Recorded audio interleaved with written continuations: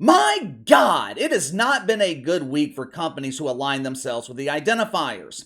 ESPN is being absolutely torched, again, for laying off over a dozen on-air personalities to supposedly make room for Pat McAfee. Now, this really goes to show how the unemployed or the barely employed on Twitter, it goes to show how little they know about business. If you look at the list of people that ESPN fired, none of them are needle movers. I know Jeff Van Gundy was somewhat popular, but no one was tuning into NBA games because Jeff Van Gundy was calling them. Max Kellerman, he can't attract a starving dog to a freshly dropped turd. The only problem I had with this list of firings at ESPN, it didn't include Bomani Jones. If you're cutting salaries, if you're laying off people who can't draw an audience, Bomani Jones, he should be number one on your list. At least Max Kellerman was popular on Grindr. Lonely men, they enjoyed watching Max on mute. Bomani Jones? Bomani Jones can't capture the attention of 70-year-old virgins. At one point, the Bobo was so desperate for ratings, he dressed like a stormtrooper trying to capture the attention of the Star Trek virgin Mike Freeman. But even Mike Freeman has standards. He declined the advances of Bomani Jones and returned to being rejected by R2-D2. Pat McAfee, he has been trending all weekend on and off on Twitter. Lonely men, they are very, very bitter. They don't understand how ESPN can cut dozens of people just to pay one evil white male. It's called business. You see, Pat McAfee, he generates ratings, revenue, he makes money. Steve Young doesn't. Susie Colbert doesn't. But it's not just ESPN who's entering the 4th of July with a heavily bruised bongo. Matter of fact, you can make a strong case. No one experienced a more traumatic week than Bud Light. Again? You'd figure after 3 months, Bud Light would allow someone else to wear the crown of huge embarrassing failure. Just when you thought things could not get any worse. Just when you thought the bleeding was beginning to dry up, Bud Light sends their doofus CEO Brendan Whitworth on a press tour.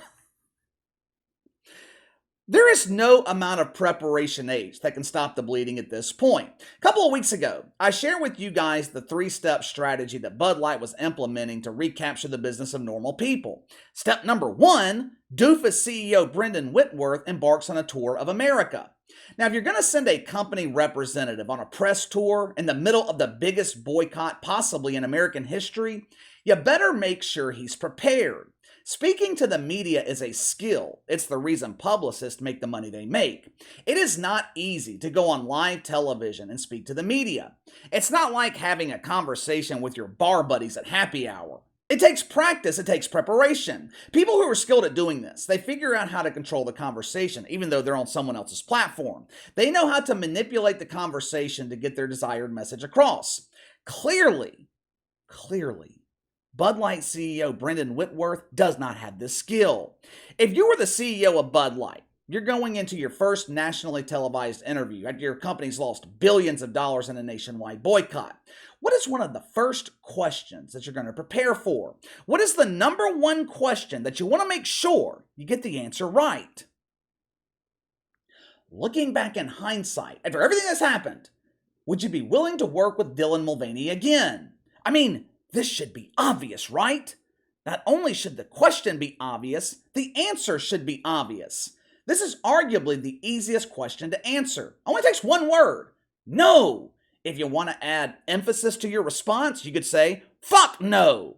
Last Wednesday, Captain Doofus, Brendan Whitworth, he was the guest on CBS Mornings. Now, this should have been a very comfortable environment for Brendan Whitworth. This show is hosted by a well-known huge embarrassing failure, Gayle King. This panel also featured some unknown nerd who was given the responsibility of asking Brendan Whitworth what he considered to be a gotcha question. The rest of us, we considered this an obvious question. For starters, I want you to pay close attention to how CBS asked this question, because the way they asked the question, it shows you how much the mainstream media fears the backlash of the LGBT community. Obviously, pay close attention to the answer as well. Roll the film. Knowing what you know now, if you could go back, would you send this can to this one person again? There's a big social conversation taking place right now, and big brands are right in the middle of it. And it's not just our industry or Bud Light. It's happening in retail, it's happening in fast food.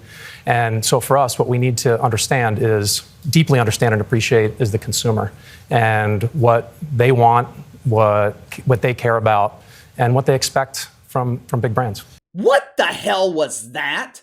First of all, did you notice how CBS refused to name Dylan Mulvaney? Captain Doofus, would you be willing to work with this birthing person again? If I were Brendan Whitworth, I would have said, which birthing person are you talking about? If you're going to ask me a question about someone, at least have the balls to identify the identifier that you're asking about. The response given by Brendan Whitworth, it shows me that Bud Light has learned absolutely nothing from this boycott. CBS was afraid to ask the question. Bud Light, they were afraid to answer the question. This is another example of Bud Light trying to please both sides. This was a non-answer. If Brendan Whitworth was going to dodge the question, he should have hired Hillary Clinton to be his publicist. Hank Clinton, she was an expert at dodging questions. Brendan Whitworth, obviously, is a novice. That was one of the most pathetic responses that I've ever seen. Another swing and a miss by Bud Light. This was their golden opportunity to admit their faults. This was their golden opportunity to try to appeal to normal people. Now, granted, most normal people wouldn't have seen this interview live. I mean, Gayle King and her panel of embarrassing failures. They are the least watched morning show on broadcast television. But the clip would have been seen by normal people when it circulated the internet, which is exactly what happened. All Brendan Whitworth did was solidify the reason that normal people are boycotting Bud Light. This dude, he might have just extended this boycott for another 3 months. He ended his response by saying, we need to understand what our consumers really want. That's the problem. You don't understand what your consumers want. And there's no need for you to get an understanding of it now because you don't have any consumers left. Step 2 of Brendan Whitworth's strategy of failure was throwing money at the problem. Bud Light committed to giving additional funding to manufacturing plants and distributors who were hit the hardest by this boycott. Now, it sounds like a noble thing to do, right? The hard-working men and women at these facilities, they didn't make this decision to partner with Bobby D.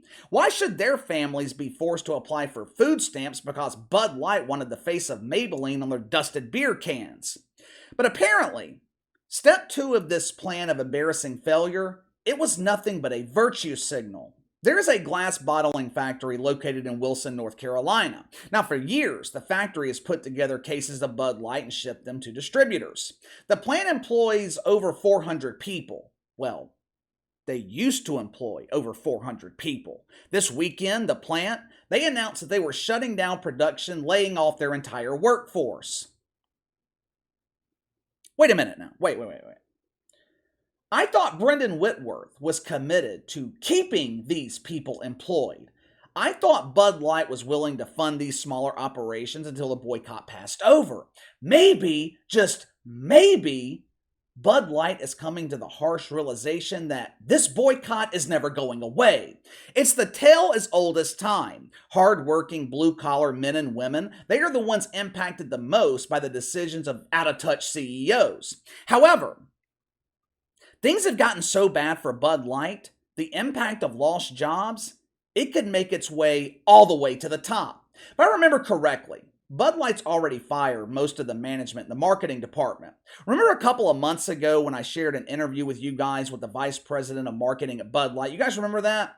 I can't remember the woman's name, but she was responsible for partnering Bud Light with Dylan Mulvaney. Unfortunately, I do remember her face, but I can't remember her name. Either way, her ass was fired. And if the former president of Anheuser-Busch has his way, Brendan Whitworth, he's going to be next. Anson Frericks, he's the former president of Anheuser-Busch. Over the weekend, he wrote a column for the Daily Mail urging Brendan Whitworth to step down. What was his reasoning? Oh, I don't know. Maybe the fact that Bud Light's lost billions of dollars in the last 3 months, or maybe it's because sales have declined 20, 25, 30% every week for the last 10 weeks, or maybe, just maybe, it's because Brendan Whitworth has been given 3 months to pull Bud Light out of the woke cemetery. And all he's done in 3 months is borrow the woke shovel from Brian Stelter to dig the hole deeper. In the last 3 months, Brendan Whitworth has not made one good decision. It's been one bad decision after another. And this interview last Wednesday on CBS, that should be the final straw. Your first time on national television, your golden opportunity to appeal to normal people, and you completely squander it. I rarely call for people to be fired. I rarely call for people to lose their jobs. Oh, well, unless their name is Mulvaney Jones, who has no business working in the media. Outside of Mulvaney Jones, though, I rarely call for people to be fired. But at this point, I don't see how Brendan Whitworth can keep his job. If 400 people in North Carolina are going to be unemployed through no fault of their own, it only seems fair that the man responsible for putting them and their families in this predicament, he should lose his job too. And it would be one thing if Brendan Whitworth showed a semblance of remorse. It would be one thing if he apologized to his consumers. Behind the scenes, Bud Light has distanced themselves from Dylan Mulvaney. We just heard Dylan Mulvaney complaining because Bud Light has distanced themselves. Why not commit to that 100% and do it publicly? Now, I doubt you would recapture all of your lost business, but at this point, what the hell do you have to lose? Instead, Brendan Whitworth, he continues to play both sides. He refuses to choose a side. He wants to be aligned with everyone. And when you're in an alliance with everyone, you are aligned with no one. Now, do I think Brendan Whitworth will step down as CEO? Most people are not willing to walk away from millions of dollars. I would imagine the board at Bud Light, they're going to have to put together a vote and fire him. And with this summer tour taking place right now, and there's another, 2 months left in the summer, they might want to make this decision sooner rather than later. But give me your thoughts. Bud Light CEO Brendan Whitworth completely botches his interview on CBS. How would you have answered that question? Also, should Brendan Whitworth lose his job? You let me know. Sound off in the comments below. Make sure to like and subscribe. Click the notification bell to receive all notifications from the channel. Best way to contact me is by email at btlkc84@gmail.com, KC_BTL84 on Twitter. I'll see you guys tomorrow.